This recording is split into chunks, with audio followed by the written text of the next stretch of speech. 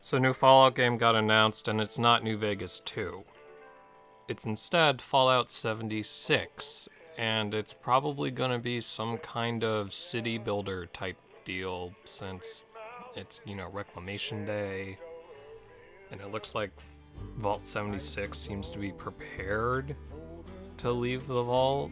But what really pisses me off is how Country Road by John Denver is being used here, which implies that it's going to use a John Denver-ish location.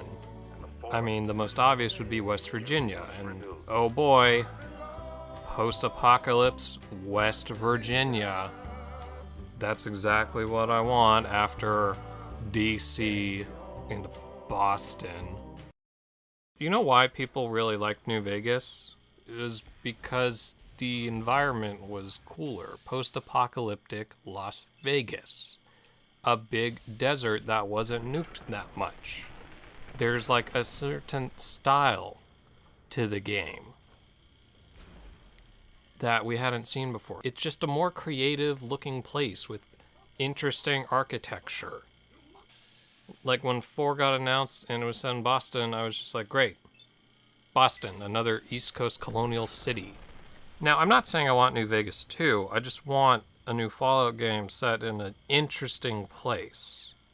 Like, what's New York doing? What does San Francisco look like? They got hills and hopefully like a skyline. I don't know, Austin, Seattle.